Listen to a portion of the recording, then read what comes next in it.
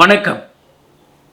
பாதுகாப்பற்ற உடலுறவு முடிந்த பின் ஆண்கள் என்ன அவசியம் செய்யணும், எப்படி பாதுகாக்கிறது?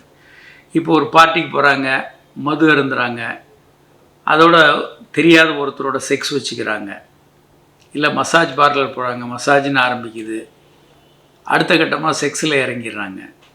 வெளிநாடு போகிறாங்க, பாட்டையாலா அல்லது தாய்லாண்டுலாம் போகும்போது செக்ஸ் டூரிசம்னு இப்போ இருக்குது. அங்கே போகிறாங்க, ஆரம்பிக்கிறாங்க, செக்ஸில் ஈடுபடுறாங்க. இதை தவிர்க்கணும். இந்த மாதிரி சிச்சுவேஷன்ஸையே முதல்ல தவிர்க்கணும். நம்ம இந்த மாதிரி ரிஸ்க்கான ஏரியாக்களை தவிர்க்கணும். இரண்டாவது, மதுவையும் செக்ஸையும் சேர்க்காதீங்க.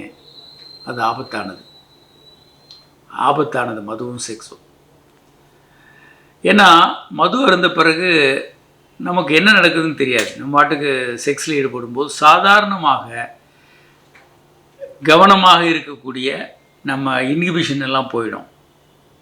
காண்டம் போட்டோமா போடலையான்னு தெரியாது. நீங்கள் தேவையற்ற உறவு, அங்கே அந்த உறவில் சாதாரணமாக ஈடுபட்டிருக்க மாட்டீங்க, அதில் உறவில் ஈடுபட்டிருப்பீங்க. காண்டம் போடாமல் நீங்கள் பாட்டுக்கு ஈடுபட்டிருப்பீங்க. இதெல்லாம் ரொம்ப சாதாரணமாக இப்போ நிறைய பேர் அப்படி வர்றாங்க.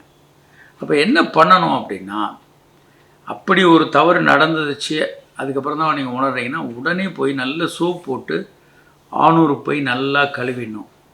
2-3 முறை சோப் போட்டு கழுவணும். சாதாரணமாக சோப் போடக்கூடாதுன்றோம்.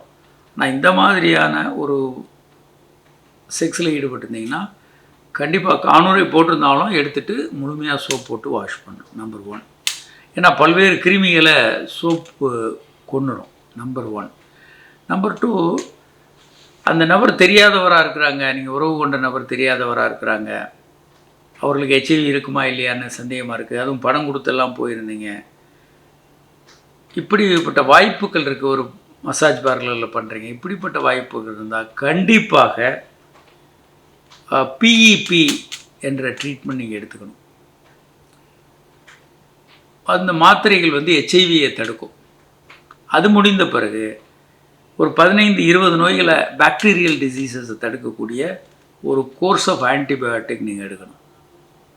இது கண்டிப்பாக எடுக்கணும். இது பெரும்பாலான பிரச்சனைகளை தவிர்த்துடும். அதுக்கப்புறம் முதல்ல டாக்டர் பார்க்கும்போது ஒரு டெஸ்ட்டு, 3 மாதங்களுக்கு கழித்து 2வது டெஸ்ட்டு, 6 மாதங்கள் முடிந்த பிறகு 3வது டெஸ்ட். இந்த 3 டெஸ்ட்டுகளையும் நீங்கள் அவசியம் எடுத்துக்கொள்ளணும். ஏதாவது பிரச்சனை இருந்தால் அதை தீர்த்து கொள்ளணும். பல நேரங்களில் நோயாளிகள் வர்றாங்க, டெஸ்ட்டு நாங்கள் ரொட்டீனாக எடுக்கும்போது HIV பாசிட்டிவே வருது. அவர் நோயாளிக்கு இதை பற்றி தெரியாமல் இருக்கும். அதே மாதிரி VDRL பாசிட்டிவ் நிறைய பேருக்கு வருது. எப்போ செக்ஸ் பண்ணீங்கன்னு கேட்டால் நான் 15-20 வருஷத்துக்கு முன்னால் பண்ணேன் அப்படின்னு இருப்பாங்க. ஏன்னா அவ்வளோ நாள் அவங்க நோய் இருக்கிறதே தெரியாமல் இருந்திருப்பாங்க. இது ஆபத்தானதும் கூட. ஸோ அதை நீங்கள் ஒரு முறை வெளியே தவறாக உடல் உறவு வச்சுக்கிட்டிங்கன்னா நம்ம உடனே சோப் போட்டு பலமுறை வாஷ் பண்ணணும். PEP, போஸ்ட் எக்ஸ்போஷர் ப்ரொஃபைலாக்சிஸ்ன்னு சொல்லக்கூடிய HIV தடுப்பு பயன்படுத்தணும். மற்ற நோய்களை தடுக்கக்கூடிய ஆன்டிபயோட்டிக் எடுக்கணும். 3 முறை டெஸ்ட்டுகள் பண்ணிக்கணும். இது உலக சுகாதார நிறுவனத்தினுடைய கைட்லைன்ஸு. இதை நம்ம கரெக்டாக ஃபாலோ பண்ணணும். வணக்கம்.